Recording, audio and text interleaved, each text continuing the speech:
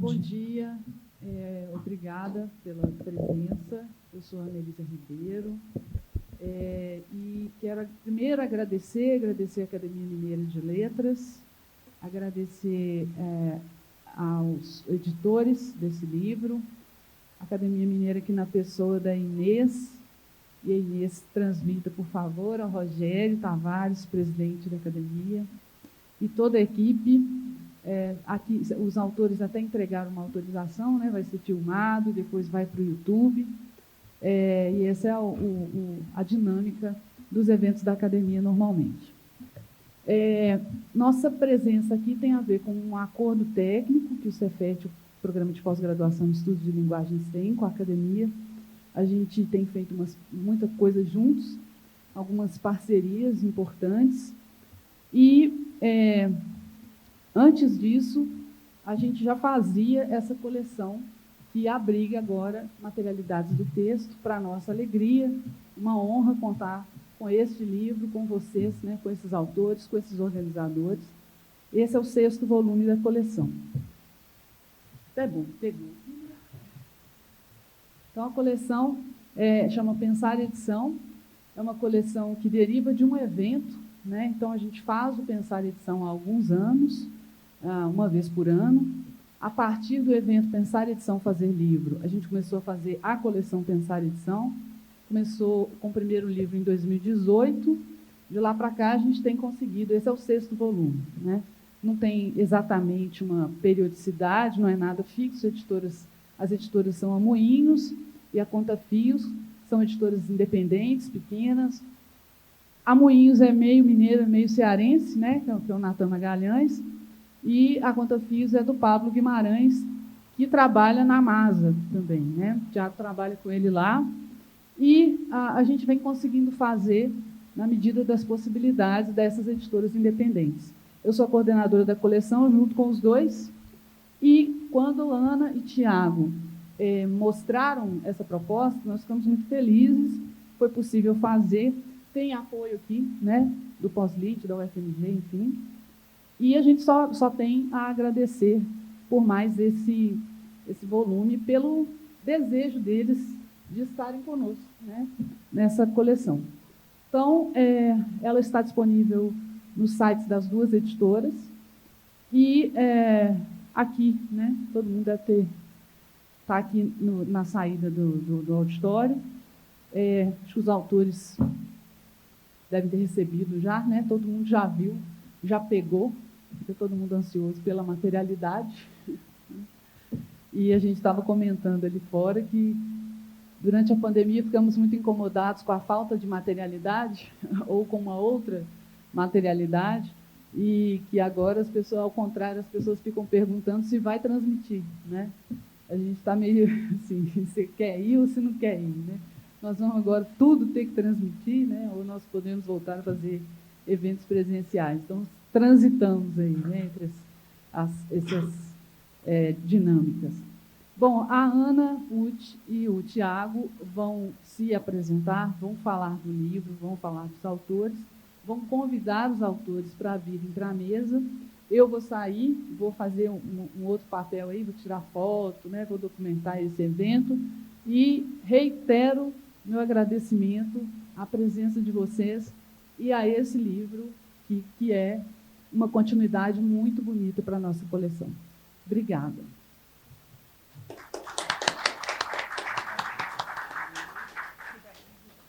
Obrigada, Ana. Obrigadíssima. Bom, bom dia, então, a todas e todos. Talvez tenha que desligar esse, né? Beleza. Uma alegria estar aqui com vocês, né, hoje, nessa manhã de sábado, né, na presença de colegas tão queridos, tão queridas. Quero, inicialmente, não poderia deixar de ser, né, agradecer ao Tiago Landi por essa parceria, mais uma parceria, foram tantas, né?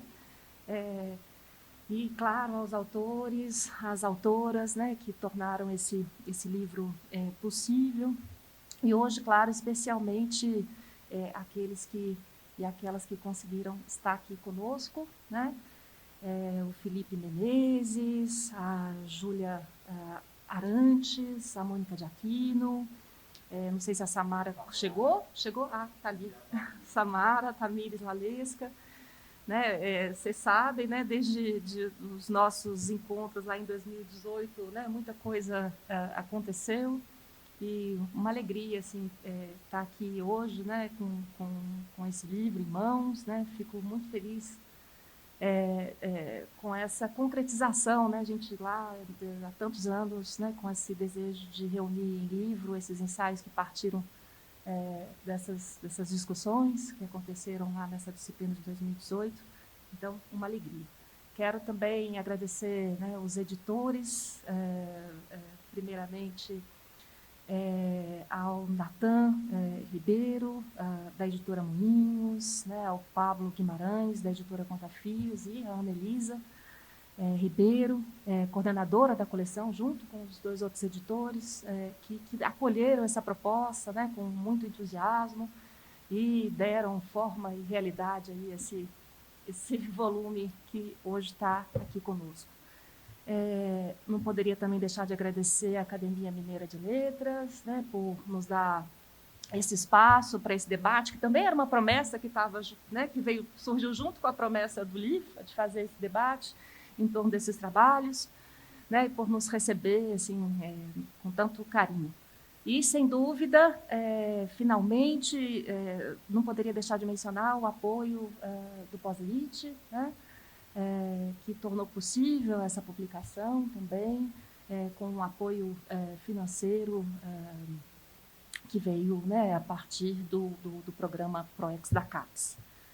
E aí a gente já vai entrando, né, no contexto de realização desse livro, que eu acho que vale a pena ser mencionado aqui por duas razões. Primeiro, para explicar a diversidade, né, assim, dos campos de atuação dos colaboradores e das colaboradoras que constituíram esses ensaios, e, ao mesmo tempo, assinalar nessa diversidade uma transversalidade desse campo temático conceitual que a gente está aqui, né, apresentando em torno desse enunciado, materialidades do texto, e que nós temos já, falo nós porque são vários colegas que fizeram isso e que fazem isso, né, tentado consolidar no escopo dos estudos literários, né? Então, acho que é importante falar de como isso começou, né? E começou, de fato, com uma disciplina que aconteceu em 2018, chamada Espaços do Livro e Literatura, que teve a sorte e a alegria de agregar, de reunir, né, um grupo de excelentes pesquisadores que, de fato, estavam muito interessados, né, em pensar essa temática, e, mais do que isso, pesquisadoras que integraram a temática aos seus objetos, né, aos seus interesses, aos seus campos de atuação. Então, com isso, para além das discussões, né, que nós tecemos ao longo desses encontros, muitos dos trabalhos realizados pelo grupo acabaram chegando já com uma grande maturidade. Eu acho que exatamente por isso, pelo fato dos trabalhos terem sido integrados, né, assim, efetivamente, teve um interesse efetivo do grupo, algo raro de acontecer numa disciplina como essa, né, que, em geral, agrega profissionais, pesquisadores de tantas áreas, né, mas deles terem, de fato, efetivamente integrado o tema ao escopo das pesquisas que já estavam sendo desenvolvidas, seja por pesquisadores independentes, na época, que estavam lá fazendo conosco a disciplina, seja pelos pesquisadores do próprio POSLIT, claro, que estavam, né, na formação, em mestrado ou em doutorado, seja também pela presença dos pesquisadores do POSLIM, do Cefet, que a gente tem acolhido com muita alegria nessas disciplinas que eu venho oferecendo aí no POSLIT, né, desde 2017, Então, sem dúvida nenhuma, assim, né, a forma como esse grupo se constituiu e essas particularidades gerou assim, condições muito especiais, né, para a realização desse livro, que vai muito além da disciplina mesmo que foi constituída, né? Para além disso, esse grupo também é marcado pela presença, né, de grandes profissionais do texto, super profissionais do texto, editores, né, revisores, escritores, poetas, e sem dúvida nenhuma isso está presente aí nesses ensaios. Acho que ainda vale uma palavra sobre o título Materialidades do texto, né, que ninguém espere aqui, né, encontrar abordagens, né, uma metodologia que esteja mais diretamente vinculada, né, à bibliologia, à bibliografia material, que são espaços disciplinares com os quais eu dialogo, e às vezes, enfim, falo a partir deles mesmo, mas não é o caso desse livro. Né, trata-se, sobretudo, assim, de uma adesão. A gente foi elaborando, inclusive, né, Tiago, assim, ao longo do processo, de uma adesão assim, a um espaço crítico da história literária, que se constituiu no diálogo com a história da edição, né, com a história do livro, e que se afirma exatamente pela consciência da instabilidade dos modos de produção dos discursos, né, pela instabilidade dos modos de produção, nesse caso nosso, do impresso. Assim, opondo-se, né, essa imagem, essa ideia, essa imagem também forte do texto ideal, do texto único, do texto desencarnado, né, muitas vezes assim desvinculado totalmente dos seus contextos de produção. As materialidades aqui que nós chamamos não são as materialidades que eu costumo ilustrar com o ato de contar filigranas, né? Com o ato de fato, fazer o trabalho de morfologia, né? De descrição do objeto. Né? Não é exatamente isso. Né? Essas materialidades elas fazem, sobretudo, referência à historicidade, à multiplicidade, né? Dos percursos de produção e de circulação dos textos. Daí, inclusive, os dois caminhos, né, que foram percorridos para a constituição do livro. O primeiro, os passos do livro, que se debruça sobre casos nos quais o próprio texto literário, com uma consciência muito aguda dessa instabilidade, né, por incrível que pareça, mais aguda, inclusive, que no mundo da crítica e da teoria, se apropria, na verdade, dessas práticas editoriais, se apropria desses espaços gráficos editoriais, desses discursos gráficos editoriais, inclusive, para a constituição da própria matéria literária. Né? Esse foi, inclusive, o escopo da disciplina. Vou chegar lá daqui a pouquinho. E, num segundo momento, os estados dos textos, né, como uma referência mais direta à noção que foi desenvolvida pelo Donald Francis Mackenzie, né, e os textos se dedicam mais diretamente às realidades históricas, né, à multiplicidade dos seus processos de produção e de circulação. O Tiago vai matizar essa primeira parte, mas eu já vou aproveitar para detalhar a segunda. Tá, Tiago? A gente ficou assim meio sem saber como faz. E acho que vale a pena dizer que, em um primeiro momento, a disciplina que deu origem a essa estrutura também, né, ela foi constituída em torno desse primeiro caminho, né, esse caminho da maneira como a literatura se apropria dessas diferentes realidades históricas do mundo editorial. Mas, quando os ensaios começaram, né, a chegar, ficou muito claro desde o início que eles extrapolavam, né, esse primeiro desenho, né, e se voltavam também para o espaço dos estados do texto, né, dos estados do texto eles mesmos, da sucessão de estados de um mesmo texto, né, em diálogo, sem dúvida, com a história literária, com a história da edição, E como a noção foi uma noção que ainda hoje, né, é a noção de base, assim, de partida para as nossas discussões, as discussões que a gente vem desenvolvendo, não só no âmbito dessa disciplina, mas vem desenvolvendo no pós-lit, em publicações, enfim. Tiago e eu, a gente resolveu, de fato, né, incorporá-la efetivamente, né, assumi-la e integrar os textos que, ainda que tenham tematizado também, em alguns casos, como é o caso do meu texto, como é o caso da Jéssica Tolentino, né, tematizado também a questão da apropriação literária, estão mais diretamente preocupados com essa instabilidade das realidades, não necessariamente históricas, mas das realidades nas quais eles foram constituídos, né?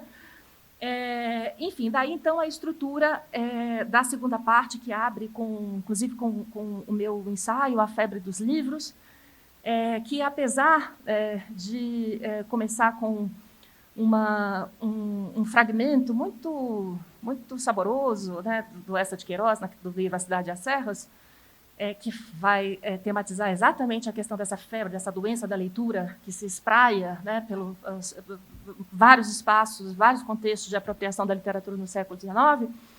Apesar disso, a análise ela se centra, de fato, em uma questão mais material, e pode ser caracterizada assim, no paralelismo que se dá e que aproxima, na verdade, né, a democracia das letras, a democracia romanesca, vista a partir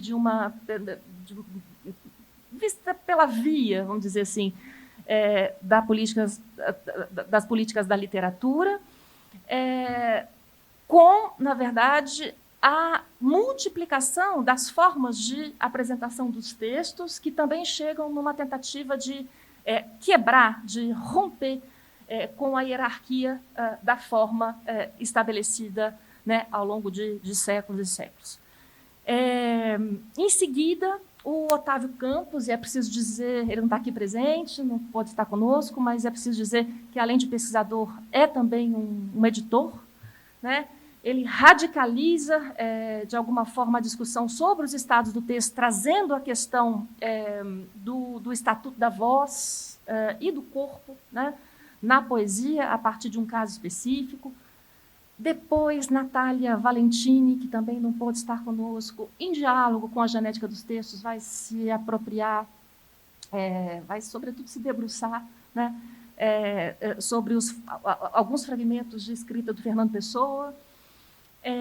A Tamires Lalesca, que está aqui conosco e vai comentar o trabalho, discute os limites do trabalho do editor a partir de um caso polêmico, inclusive conhecido, que tem circulado, inclusive no mundo dos periódicos, dos cotidianos, que é a polêmica do Raymond Carver e do Gordon Lish.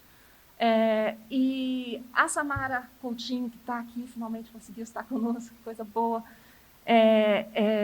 se dedica mais propriamente, inclusive muito em diálogo com o Mackenzie, né, com essa noção de estados do texto e com essa ideia de que as formas incidem sobre os significados, né, vai se dedicar mais propriamente à edição contemporânea, à forma como a relevância semântica dos elementos materiais, né, vai entrar na cena da edição independente.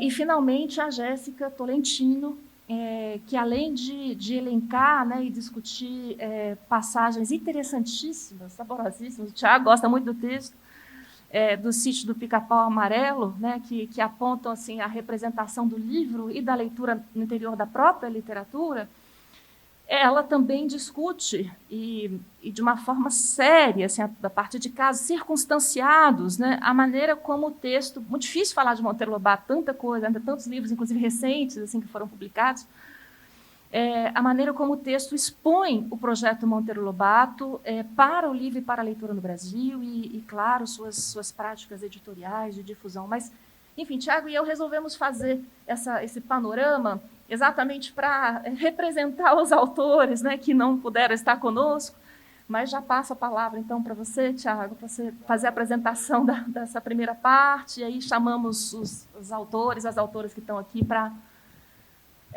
apresentarem aí os seus trabalhos. Muito obrigado, Ana. Não estou acostumado a falar em microfone, então tem sido uma experiência. Tampouco já tive meu nome estampado numa capa, o que, enfim, traz para a gente uma, né, enfim, todo um estado, mas é isso, estamos aqui.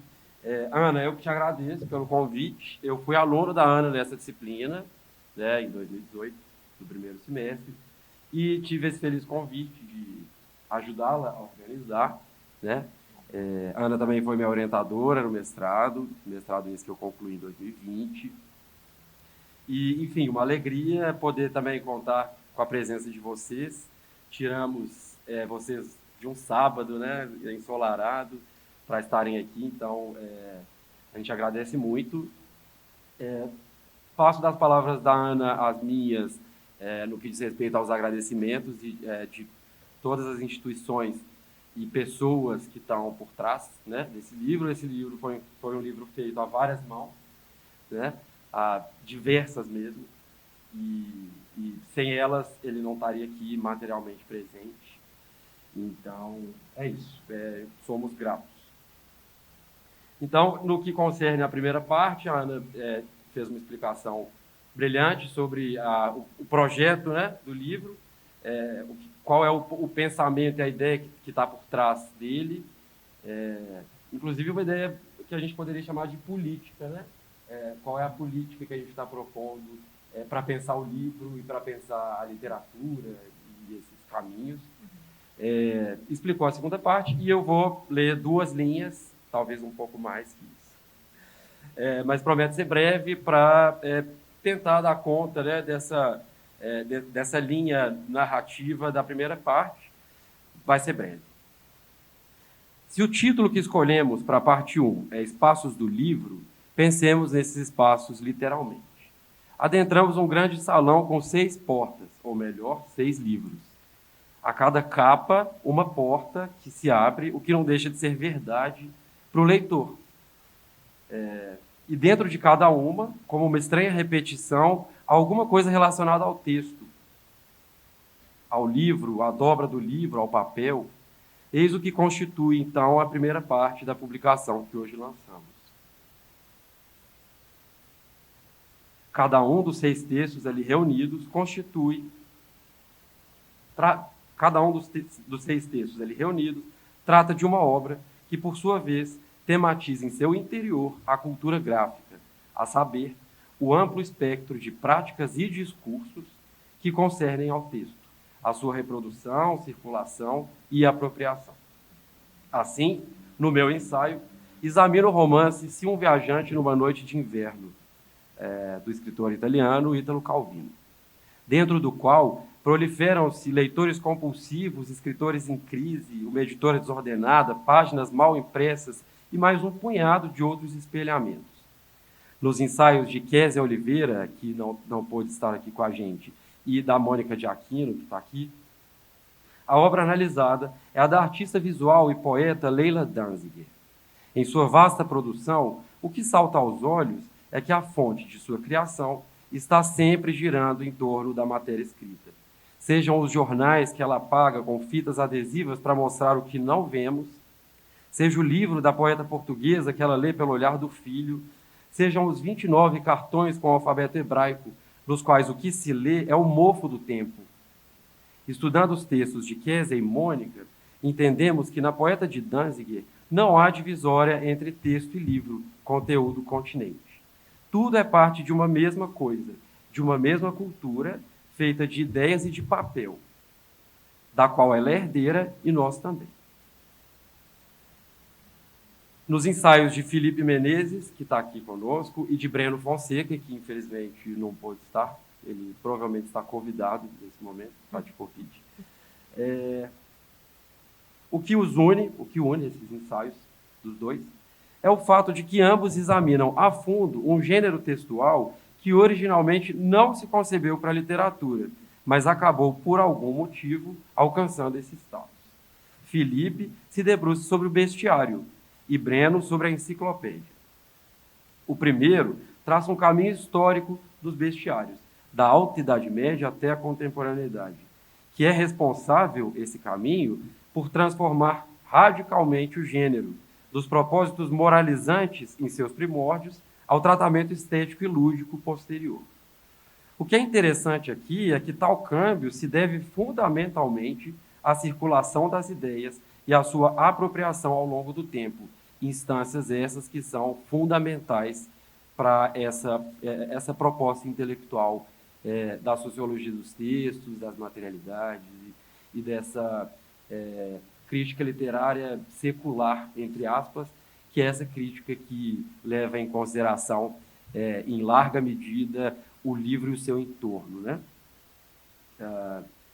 Bom, então esse câmbio se deve fundamentalmente à circulação das ideias e à sua apropriação ao longo do tempo. E quem as materializa? O livro e a sua revolucionária capacidade móvel. Já Breno nos apresenta a enciclopédia sob uma mirada particular, a vocação ordenadora e sistematizadora presente em A Tabela Periódica, obra do escritor italiano Primo Levi. Para além de uma análise acurada da obra, o que se estrutura a partir dos elementos químicos da tabela que lhe dá nome, Breno nos provoca a refletir sobre o gênero enciclopédia, que não poderia sequer ser imaginado não fosse a possibilidade organizativa e sequencial oferecida pelo objeto livro, ou, para ser mais preciso, pelo códice, né? Esse suporte de leitura com bloco, dobra e pele, que já existe há pelo menos 20 séculos. Por falar em códice, o último texto da parte 1, de Júlia Arantes, presta uma homenagem a ele. A dobra, a Júlia está aqui, a dobra, tomada pela autora como uma espécie de metonímia do livro, empresta sentido ao texto, por vezes fechando a verdade da palavra divina, por vezes abrindo as leituras que reescrevem o discurso ou complementam as suas lacunas. Seu ensaio opera como síntese da ideia por detrás das materialidades do texto de nosso título. Afirma a preponderância do corpo do escrito para o seu significado. Em determinado momento, ela nos convoca a tomar um livro entre as mãos e observar como os dedos se acomodam sobre a dobra. São gestos como esses que esperamos incitar nos leitores deste livro. Então, feita, né, a apresentação dessa parte, explicamos, né, contemplamos todos os autores, somos 12 no total, temos aqui 7, né, incluídos eu e a Ana. A gente vai passar agora a palavra para os autores que estão aqui, para que eles falem um pouco também. 10 minutinhos a gente pensou no máximo para vocês aproveitarem o sábado depois. E é isso. Gostaria de convidar, então, todos e todas que vieram. E agradecê-los mais uma vez, né?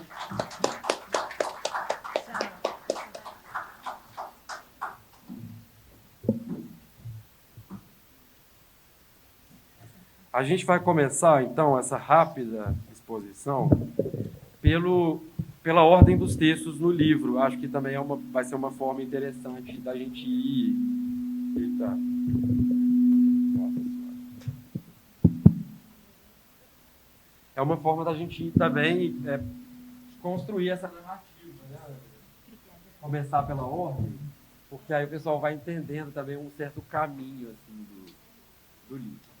E aí eu vou rapidamente apresentá-los e depois passo a palavra para eles. Então vamos começar pela Mônica. Você quer mandar o telefone? Não. Vamos lá. Vou pegar aqui no livro, na seção final tem um breve texto sobre eles. Bom, então a Mônica de Aquino é doutoranda em criação literária na Universidade Federal de Juiz de Fora e mestra em estudos literários pelo programa de pós-graduação em letras e estudos literários da UFMG. É autora de Sístole, pela editora Bem-TV, livro que saiu em 2005, de Fundo Falso, da Relicário Edições, de 2018, de Continuar a Nascer, também pela Relicário, em 2019, e de Linha Labirinto, pela Edições Macondo. É importante falar que a Macondo, o editor da Macondo é o Otávio, que também é um dos autores do livro, que não, infelizmente não pôde estar aqui. Ela também publicou Fundo Falso, Fundo Falso, que ela publicou pela Relicário em 2018, venceu o Prêmio Cidade de Belo Horizonte em 2013 e foi finalista do Prêmio Jabuti em 2019. Publicou também 5 livros infantis, todas pela editora Miguelite. Obrigado, Mônica. Eu não preparei uma fala muito estruturada, que eu tinha pensado mais no bate-papo, mas eu vou pedir um livro Claro. Você não está acostumada a falar em microfone, eu não estou acostumada a falar demais. Eu não ficar igual você. Essa vai ser a minha primeira experiência falando com máscara. Vamos lá. Então, é curioso, o Thiago estava chamando a atenção de uma coisa curiosa, porque eu fiz essa disciplina gravidíssima da Manu, que estava aí, algumas pessoas devem ter visto a minha filha aí no início. Então, foi uma disciplina que ainda eu estava lidando com essa outra materialidade. Ele tinha o corpo do texto e tinha o tempo todo as demandas do corpo. Era sair um pouco da sala, jogar uma água no rosto, acordar. Eu depois vou até olhar os colegas assim, com mais calma, me lembrar, porque era aquele momento de tumulto. E era um momento de alguns inícios. Então, eu estava nesse processo da gravidez, estava começando o mestrado, eram as minhas primeiras disciplinas do mestrado. E a Leila Dansger foi também o meu objeto do próprio mestrado, da dissertação.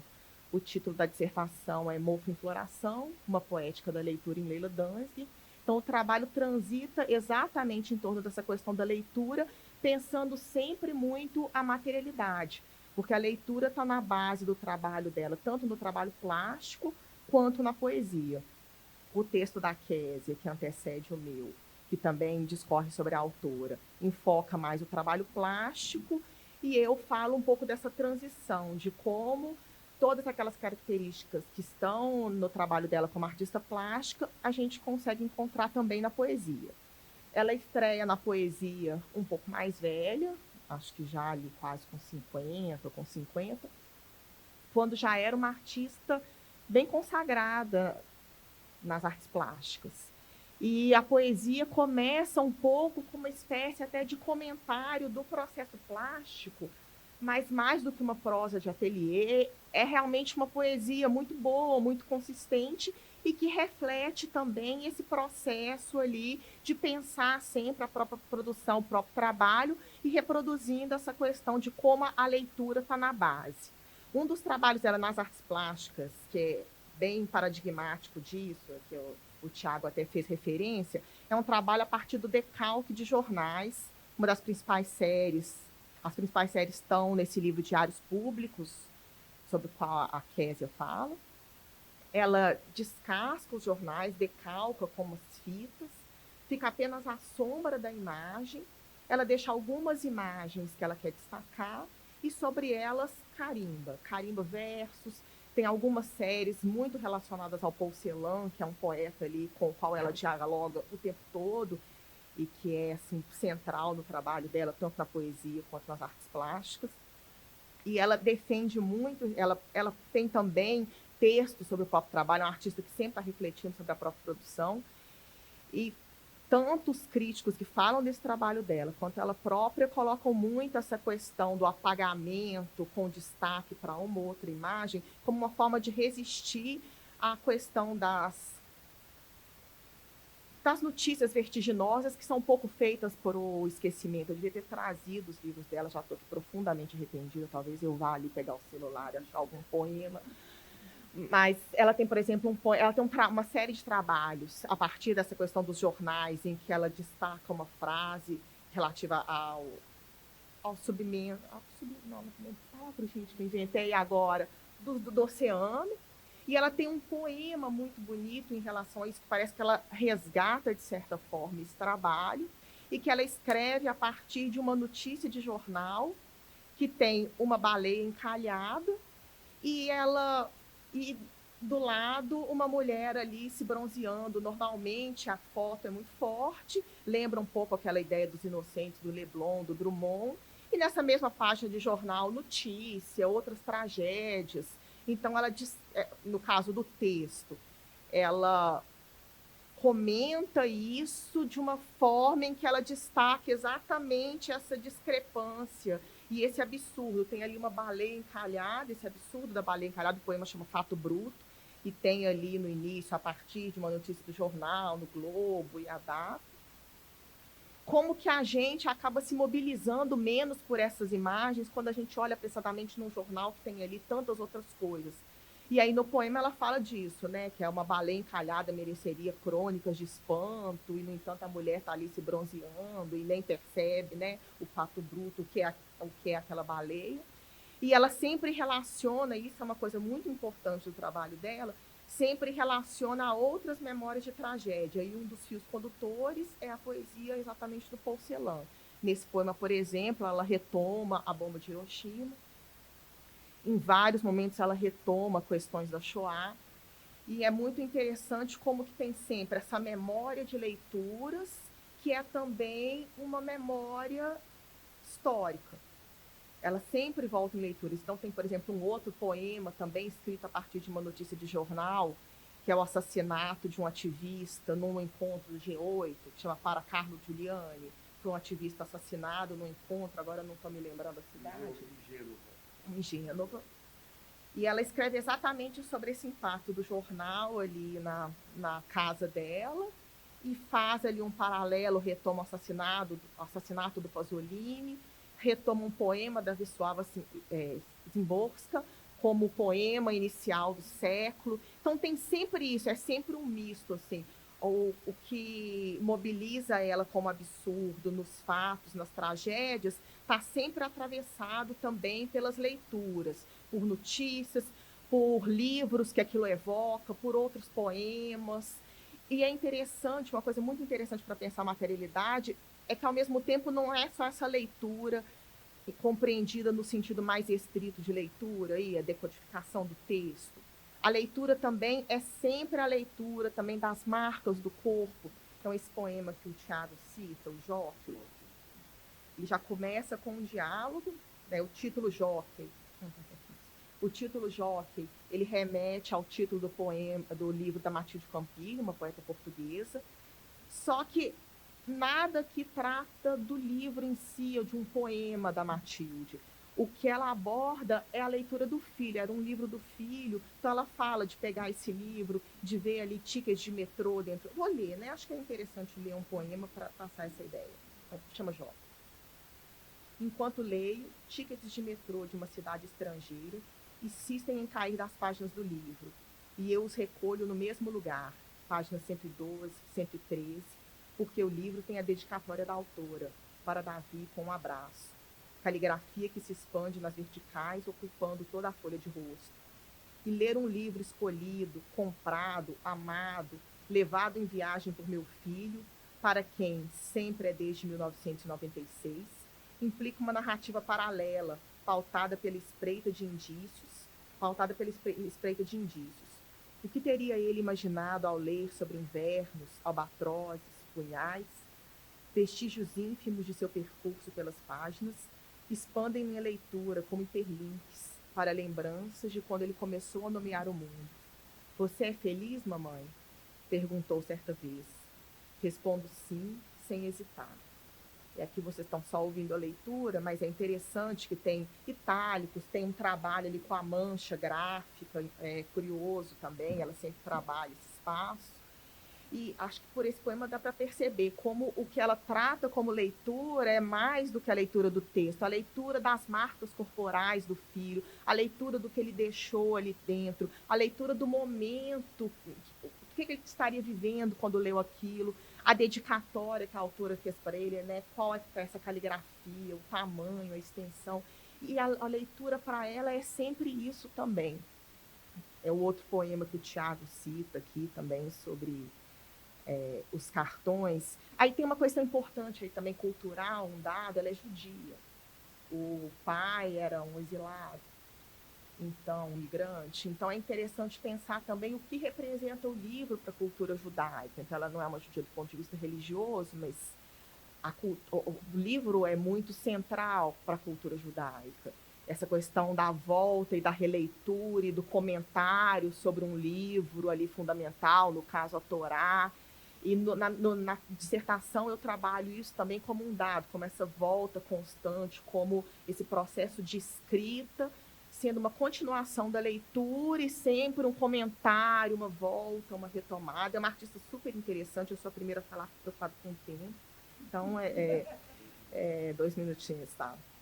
Ela tem... Agora lançou um outro livro, que eu ainda não li com calma, para falar se continua nessa mesma linha, mas os livros de poemas dela que eu trabalho aqui são o 3 Ensaios de Fala, o Ano Novo, Selon Bagdá, mas principalmente esses 2 primeiros, que está muito presente, recomendo muito. Ela tem uma página com muita coisa desse trabalho plástico também. Em várias outras séries, ela trabalha o livro como plataforma, ela expõe esse decalque, ela volta a livros que ela leu, ela faz comentários de trabalhos dela sobre os carimbos, ela faz muita referência, tem também a questão assim, do livro como central, esses autores como o próprio Porcelã, a Tamara Kamenzai, aos quais ela sempre volta num diálogo constante, tem um uso forte de dedicatórias, de epígrafes, endereçamentos. De certa forma, a gente pode dizer que toda a escrita parte disso. Então, seria um truísmo. Mas não, no caso dela, isso a gente percebe assim, de uma forma muito radical no próprio texto. As referências, o andame, o processo está ali muito explícito. É uma autora, né, que eu gosto muito, então recomendo. Não fiz aquela parte inicial, né, de agradecer a todo mundo também, então vou usar a mesma parte que eu faço meus os agradecimentos de Ana, de Tiago. Mas realmente, assim, é uma alegria, porque o Tiago falou que não está acostumado a ver o nome dele na capa do livro, eu não estou acostumada a ver um texto acadêmico meu, esse é o primeiro, na verdade. Porque, assim, eu já estou um pouco acostumada como poeta, mas me ver como pesquisadora é uma coisa da qual ainda estou me apropriando, apesar de já estar agora no doutorado, eu continuo me dedicando mais ao trabalho criativo. E, pode ser, achei um jeito interessante de aparecer aqui também. Estou vendo, assim, já estou com uma leitura que tem comentários, depois eu quero ler. Mas é aí, gente, muito obrigada, uma alegria estar aqui. Espero estar em breve já sem máscara, para a gente se ver melhor. Obrigada, foi um prazer ver as colegas. Vocês lembram de mim?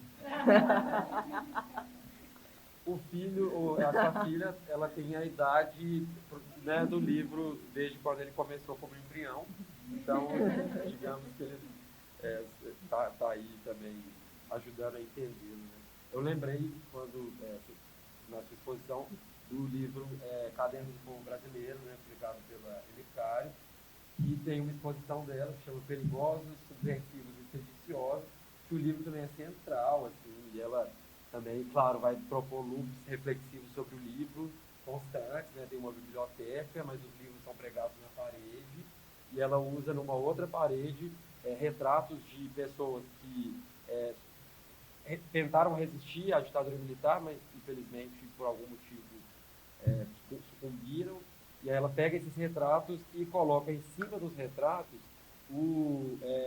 páginas dos cadernos do povo brasileiro, que é uma coleção de um editor do qual eu sou fã, que chama Enio Silveira. Então ela está aí prestando homenagem sempre. Assim, a obra dela realmente é uma volta constante. E sempre essa leitura em abismo, que é a expressão que ela usa a partir da narrativa em abismo. Uma leitura, eu lembrei que é uma leitura que evoca outra, que evoca outra, que evoca outra. Enquanto isso, dava para fazer uma mesa sobre isso só com o trabalho da Leila. Realmente, acho que é bem paradigmático isso. Bacana. Bom, então agora a gente passa na sequência para a Júlia, né? Vou ler esse texto dela.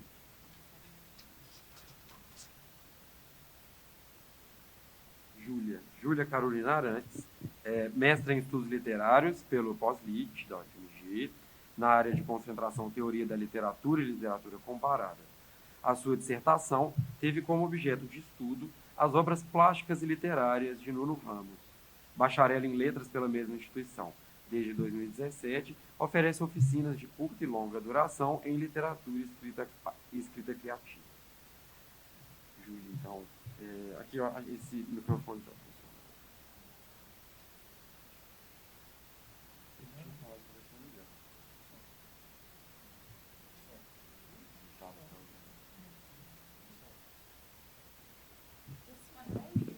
Esse aqui funciona. Som. E esse aqui não desliga? Ah, tá bom. Oi, gente, tudo bem? Obrigada pela presença de vocês. Obrigada ao Tiago e à Ana por tornar esse livro possível, né? E muito bom ver vocês também, né? Já desde 2018 no encontro os colegas e muito bom vê-los todos.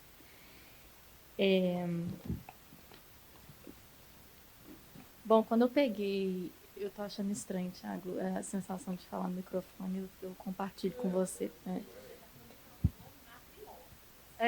São muitas coisas, muitas camadas. Então, quando eu encontrei a Ana para pegar os meus exemplares, né, eu disse para ela dessa minha sensação de que as leituras e as discussões do curso ainda estavam muito vivas em mim, sabe? Era como se eu tivesse feito o curso no semestre passado, mas já se passaram 4 anos, né? E o livro, pensar o livro ainda é uma obsessão para mim, então está tudo muito fresco, né?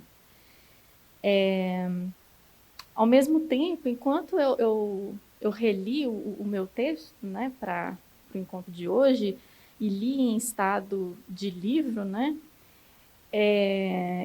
eu tive uma sensação muito estranha de que eu não lembrava de nada que estava ali mais também. Era essa sensação de conhecer todas as palavras de cor e saber intensamente o que é aquilo, porque fui eu que escrevi, né?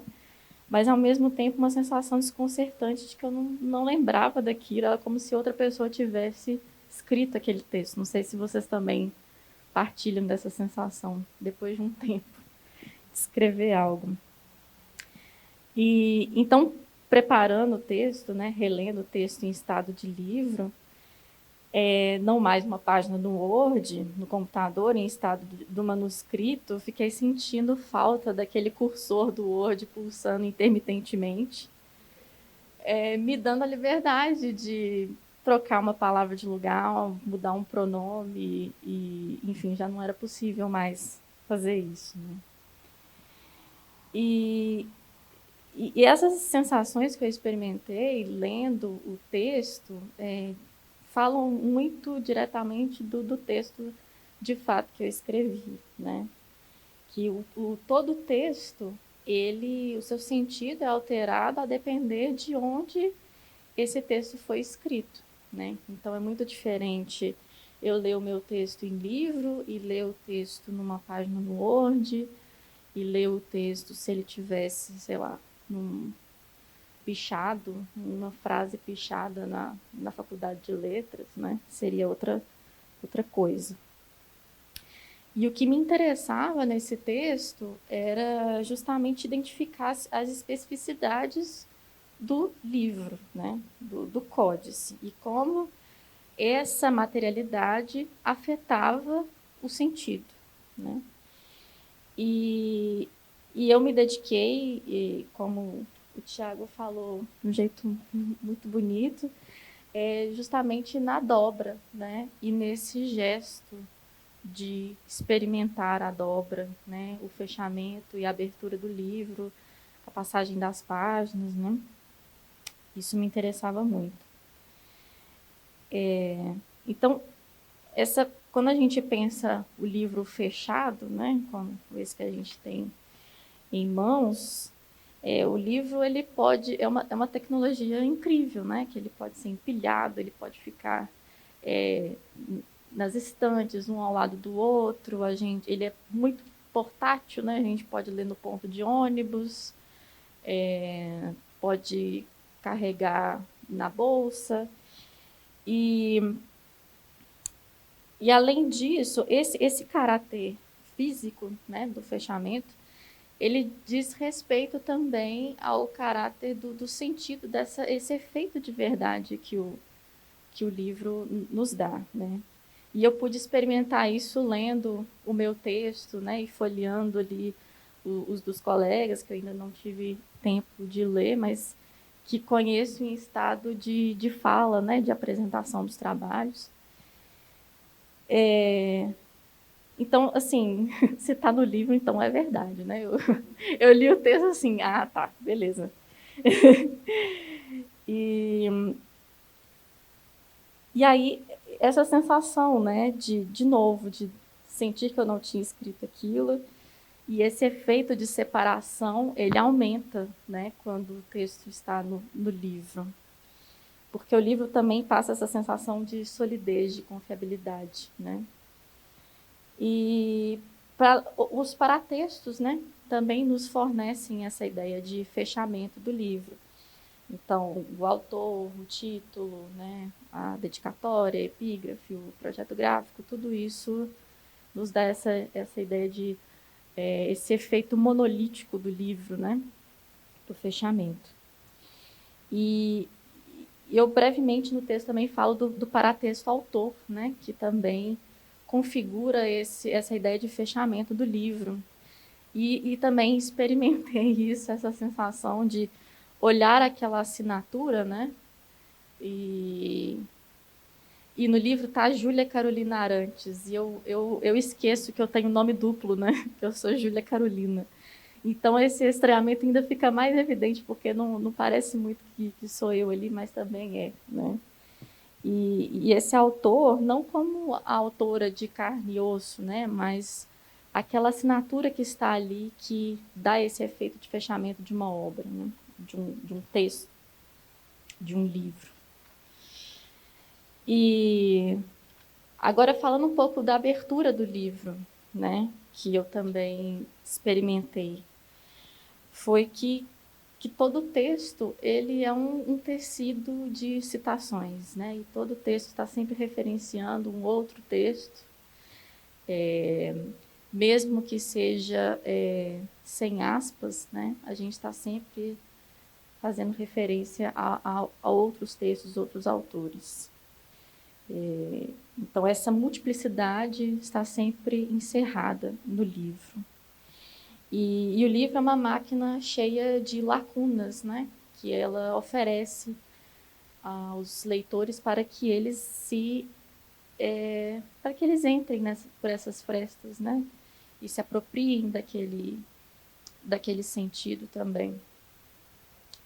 Então, todo livro é prenhe de inúmeras leituras, todo livro é interminável. E justamente por isso, todo livro é da ordem do fracasso, do inacabamento, do desastre, né? Se houvesse um livro perfeito, acabado, não acabaria a literatura, né? Por exemplo, não precisaria se escrever mais. E eu experimentei isso também lendo o meu texto, né? E aqui eu percebo que eu estou falando do livro, mas eu li um texto, um capítulo específico desse livro, né? Então, enfim, vocês entendem as ressalvas a serem feitas, né? De que eu estava muito próxima daquele tema. Obrigada. Muito próxima daquele tema, era como se eu tivesse acabado de escrever aquele texto, ao mesmo tempo já havia outras vias de continuar leituras e a reescrita daquele texto, né? Eu também não sei se vocês experimentam essa sensação, mas assim, quando eu termino de escrever um texto, é como se eu sentisse, agora eu posso de fato começar o que eu precisava fazer para escrever, né?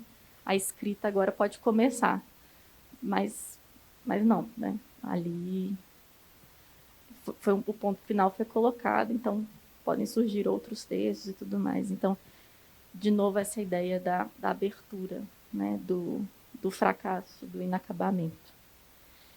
Bem, acho que é isso. Né? Obrigada, gente. Obrigado, Lívia. Seu texto é genial, impecável, como de todos. Bom, então, agora a gente vai ouvir um pouquinho também do trabalho do Felipe Menezes. Eu acho que depois do Felipe, a Mônica, a Júlia e o Felipe estão na primeira parte. Então, aí o Felipe vai, de alguma forma, assim, encerrar essa parte 1. Felipe é doutorando em estudos literários no pós-lit, com estágio de pesquisa na Universidade de Antuérpia, mestre em estudos literários pelo mesmo programa em 2010 e em administração pública pela Fundação João Pinheiro. é pesquisador do NEJ, Núcleo de Estudos Judaicos, da UFMG, e pesquisador convidado do Grupo de Trabalho Literaturas Estrangeiras da ANPOL.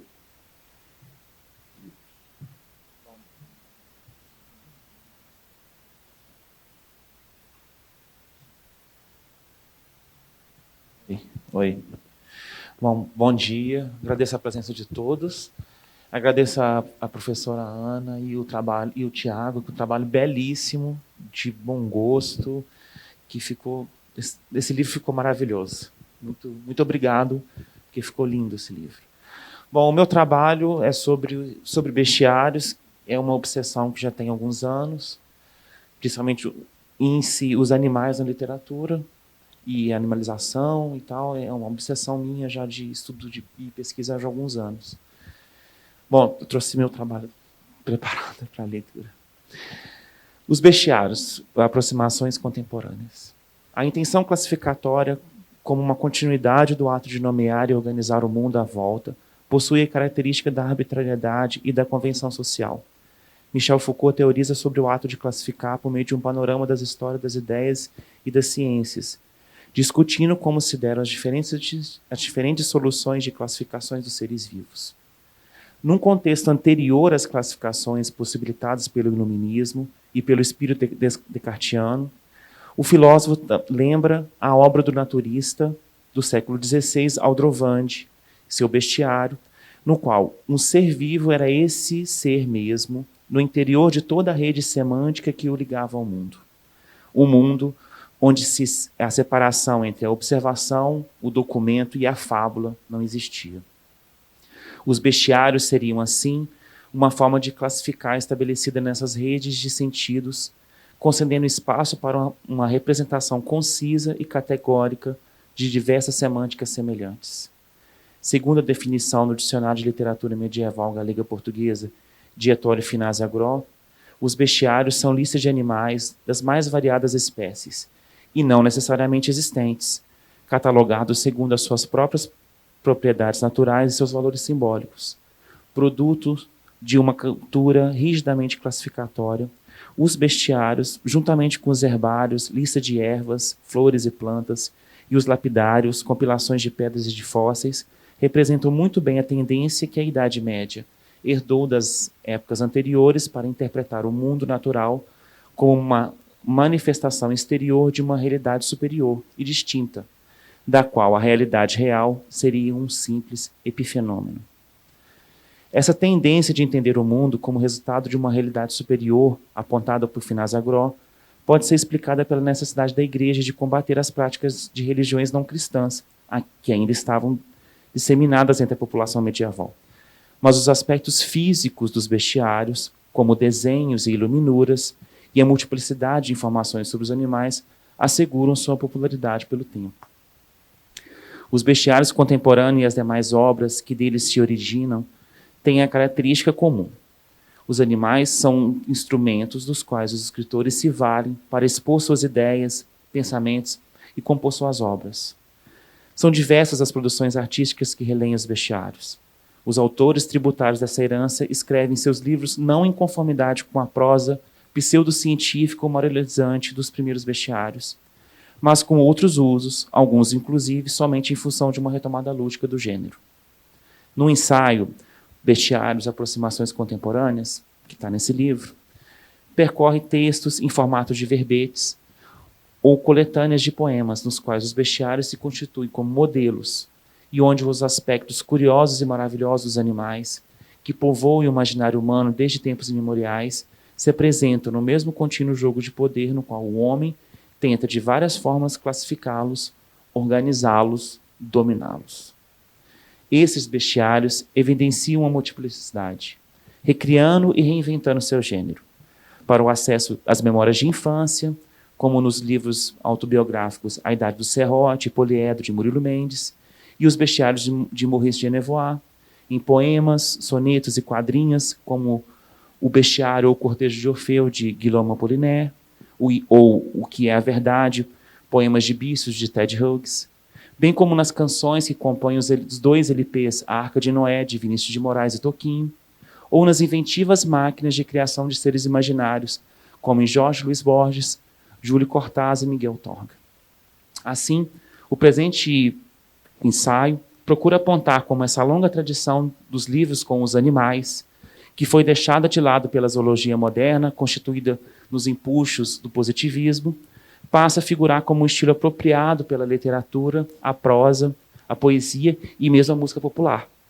Embora apresentando características próprias, muito diferentes daqueles que se popularizaram no passado, os bestiários contemporâneos permanecem como uma forma ainda mais criativa de se organizar o mundo, em listas e ordens classificatórias, constituindo-se como um gênero artístico e literário, profícuo e atraente. Muito obrigado.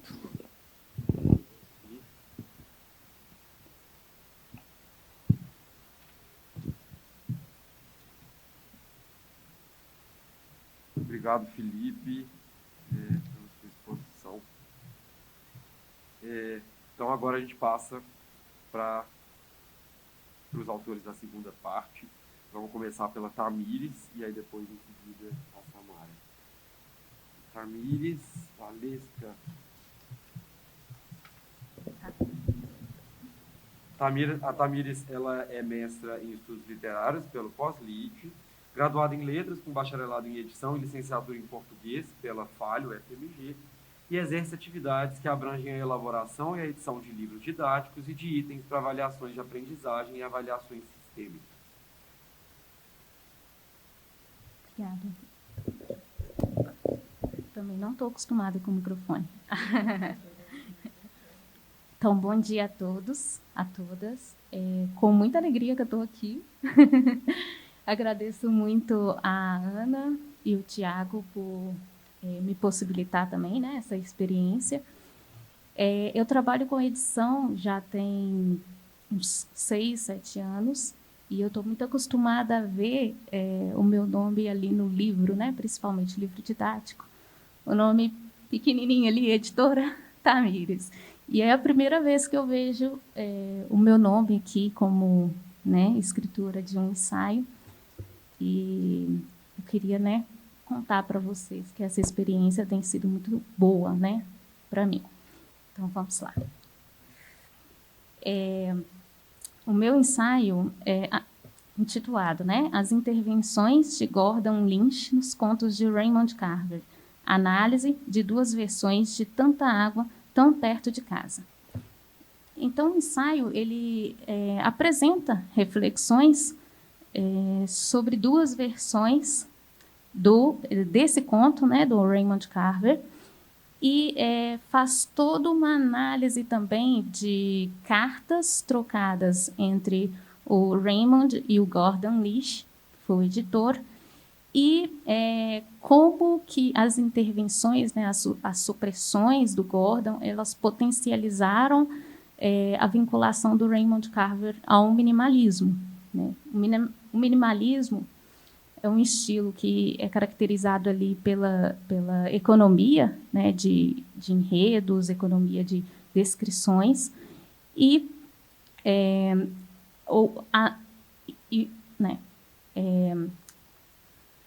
só um minutinho, gente. É porque dá um pouco de nervosismo, né? Mas tranquilo. Então, é caracterizado por essa economia, né? E eu analisei 2 versões do conto, Tanta Água, Tão Perto de Casa. E esse conto é muito interessante. Por quê?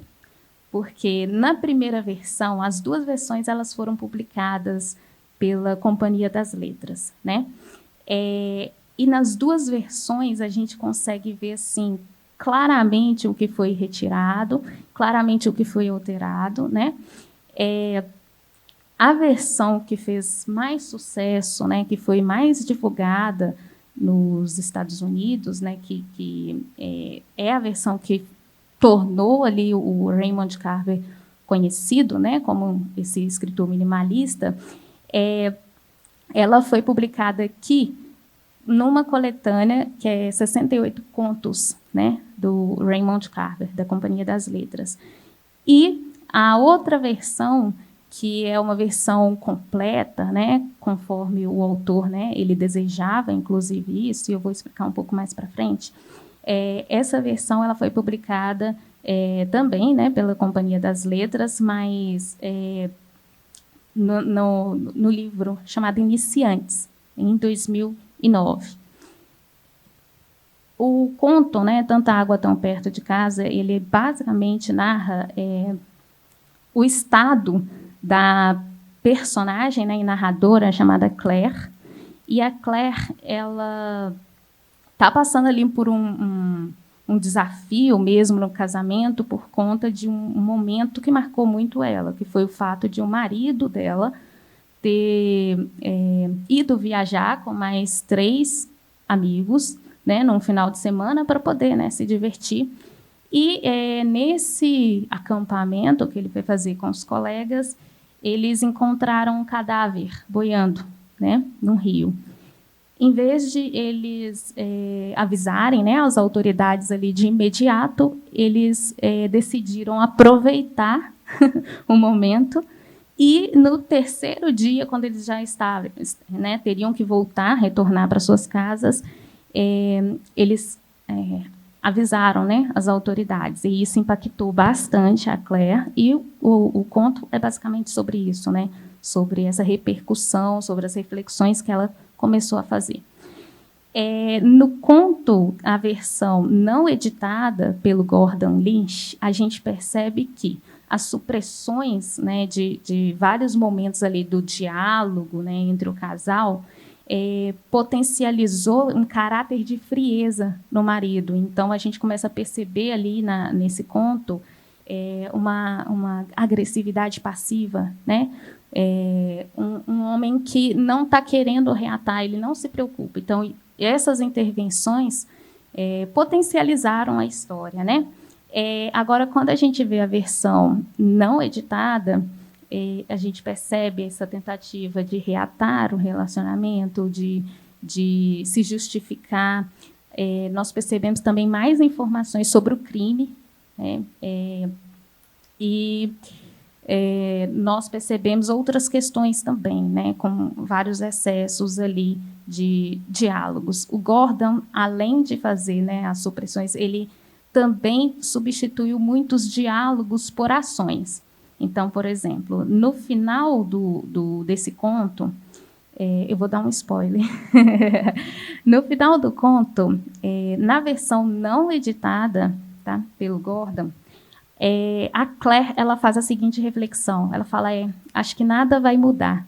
Ou seja, ela vai esquecer isso, eles vão voltar a ter a vida deles de casal. Agora, na edição editada pelo Gordon, a gente não tem essa reflexão e, em vez disso, o casal tem relações, né, sexuais. Ou seja, a ação mostra que nada realmente mudou. Como que essas... é até importante eu também trazer esse contexto, né? As cartas trocadas, né, por Gordon e pelo Raymond Carver, elas nos mostram dois elementos assim essenciais ali dessa relação entre eles. Primeiro, de plena confiança. Então, tem ali uma amizade entre eles, inclusive... aqui no ensaio tem até um trecho da carta em que o Raymond fala assim para o Gordon, você pode mandar ver no lápis, tá? Eu tenho plena confiança em você.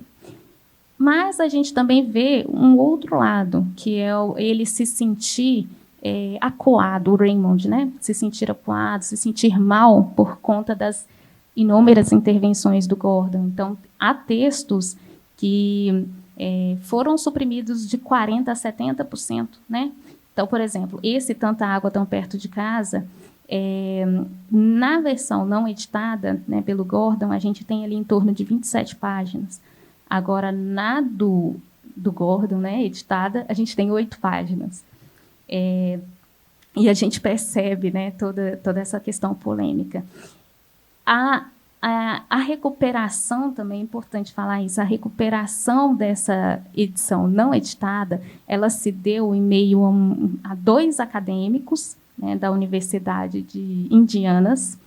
Eles conseguiram encontrar ali o material datilografado do Raymond com as supressões do Gordon, e eles fizeram todo um trabalho para recuperar tudo aquilo que estava por debaixo, né, dos cortes ali feitos pelo Gordon.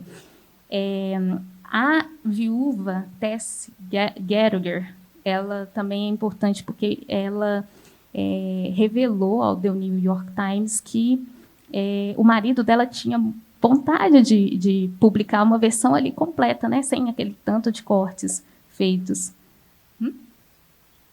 Tá. Tinha essa intenção de publicar, né? Inclusive, teve toda essa questão polêmica e, sim, eles conseguiram publicar, que é essa versão da Companhia das Letras que eu falei para vocês, que é o Iniciantes. Então, o ensaio é sobre isso, sobre essa questão, essa relação entre o editor e o autor, sobre essas duas versões ali que a gente consegue, né, fazer uma análise, né, de como que elas vieram ao público, e essas reflexões também que tocam nessa questão de quem mereceria receber mesmo essa alcunha de minimalista, né? Seria o Raymond Carver, ou seria o editor dele, né, o Gordon Lynch, por ter potencializado, né, essa economia de enredos, enfim, de descrições. Então, é isso, gente. Obrigada. Obrigado a você, Thalita. E, por fim, a Samara Coutinho. A Samara é mestre em edição, linguagem... Doutoranda. Mestre, então, doutoranda, né, do Cefet, no programa de pós-graduação em Estudos de Linguagens do Centro Federal de Educação Tecnológica de Minas Gerais, o pós-LING do Cefet. Bacharel em Letras pela mesma instituição, desenvolveu pesquisas na área da materialidade dos impressos e do mercado editorial, voltadas especialmente para o campo das editoras independentes. Atualmente, segue pesquisando o mercado de livros e é uma das sócias fundadoras do Estúdio 5253. Olá, bom dia. Começar a fala agradecendo o Tiago e a Ana. Bom, eu fiz essa disciplina num semestre especialmente difícil, diferente de você, atravessada por questões de saúde mental mesmo, assim, tive um acolhimento da Ana que foi muito importante, inclusive para esse texto sair e estar aqui nesse livro. Então, para mim é uma alegria e uma certa superação, assim, uma coisa assim, deu tudo certo, assim. E também agradeço ao Pablo, ao Natan, à Anelisa, que são os responsáveis pela coleção Pensar, Edição e Fazer Livro, porque eu acompanho desde o primeiro exemplar, né, primeiro título, e é um esforço contínuo de ter esses estudos, né, ter um referencial teórico sobre a edição, que é um campo que a gente está aí batalhando para ter cada vez mais visibilidade.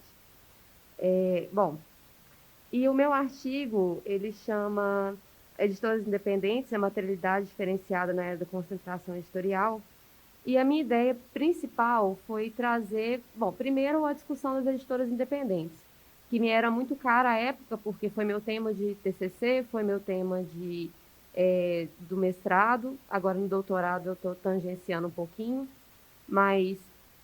e aí essas editoras independentes, elas têm um papel muito interessante, elas surgem principalmente depois do final dos anos 90 ali, no movimento de concentração editorial, então grandes casas editoriais começam a comprar pequenas casas, fagocitando, né? Um movimento de concentração, de oligopolização do mercado.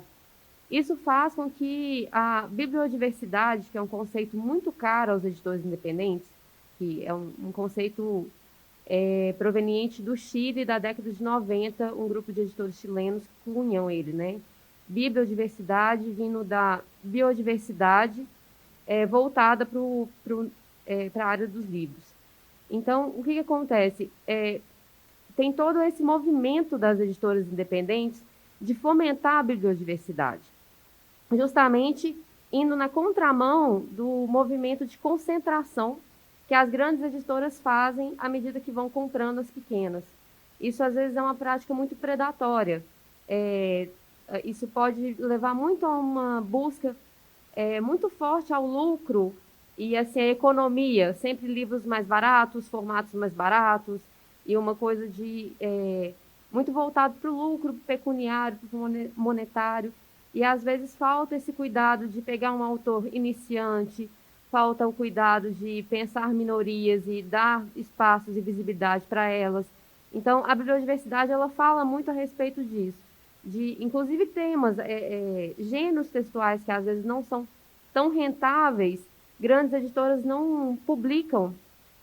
Isso acontece e já as editoras independentes elas vêm buscando, é uma bandeira dos editores independentes que surgem aí nesse final dos anos 90, inícios dos 2000 e reverberam muito forte pela década de 2000, assim, essa bandeira, esse hasteamento que é dar voz à bibliodiversidade. E, bom, para o livro, eu penso que eu discuto a questão que as editoras independentes, elas trazem existe um nicho dentro das editoras independentes, que são as que são feirantes. Geralmente a gente encontra em feiras de publicações. Aqui a gente tem, por exemplo, a Urucum, a Curumim, tinha a Faísca, a Textura, que são editores que muitas vezes não vendem em lojas, livrarias grandes, né, de grande porte, mas estão sempre nas feiras. Então, eles têm um apelo estético. São muitos publicadores que não fazem um livro no formato códice convencional. Então, você encontra livros diferentes, sanfonados, impressos com papéis diferentes, tipografia, cores. Então, tem toda uma outra coisa que eu também chamo de bibliodiversidade. É uma bibliodiversidade material. E isso não é muito visto nas discussões sobre bibliodiversidade, mas eu acho que é uma contribuição, assim, que explorar os aspectos gráficos, explorar os detalhes do livro, traz uma riqueza para a obra e acaba trazendo muitas vezes mais uma camada narrativa à medida que você vai lendo, você vai experimentando, então você vira e tal. E aí, para poder finalizar, eu fiz um estudo de caso, trazendo a editora Lote 42. Então, eu peguei um livro. A Lote 42 não paga jabá, tá, gente? Mas eu viro e mexe e estou falando de livro deles. Bom, é um livro que a gente pensando aqui, né? Deixa eu... Volta aqui, filhinho, vamos para dentro. Então, pensando que esse aqui é o livro mais convencionado, que quando a gente fala livro, muitas vezes as pessoas pensam nesse formato aqui, que é o códice. E isso aqui também é um livro. Um livro com ISBN, um livro com todos os paratextos, tem paratexto, tanto texto de introdução, quanto tem até mesmo o código de barras, tiragem, colofão, tem tudo. E o que acontece? Esse livro aqui são 12 cartas, são envelopes, de mulheres que escrevem umas para as outras de diferentes lugares do mundo. Então, tem de Tóquio, tem de Berlim, esse aqui é da Clara Verbuck, de Londres. Deixa eu ver, o texto dela está aqui. E aí tem a ilustração da Eva Oviedo aqui atrás. Então, todo um trabalho, um esmero gráfico mesmo, para poder fazer com que a fruição desse livro seja diferente. E eu acho que isso é muito rico. Isso também, para mim, é fomento da biodiversidade. Então, aí tem aqui a gente tira o texto, e o texto são páginas soltas mesmo, como se fossem cartas. E aí tem todo um trabalho com a tipografia, para poder simular uma letra cursiva, tem uma tipografia simulando uma máquina de escrever. Enfim, eu trouxe ele como um exemplo, mas tem muitas editoras que exploram a materialidade de uma maneira assim, primorosa. E nesse caso aqui é uma editora relativamente grande.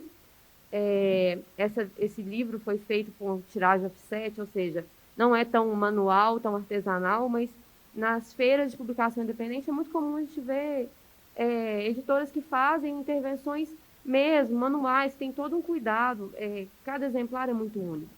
Então, parte da minha discussão é essa, que é pensando essa materialidade diferenciada, tanto no texto, né, que são, muitas vezes são pensados, tanto textualmente na autoria, pensando nichos, pensando segmentos que não são tão visibilizados, quanto no material mesmo, com inovações gráficas e formas diferentes de ver o livro, de sentir o livro, de tocar o livro, de experimentar o livro. É isso, gente. Muito obrigada. Queria ter ficado mais. Da loja 42.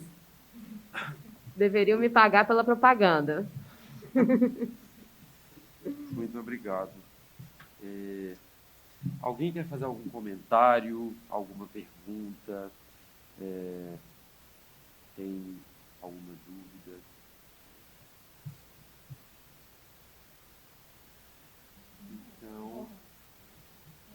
Então, passamos aos livros, né?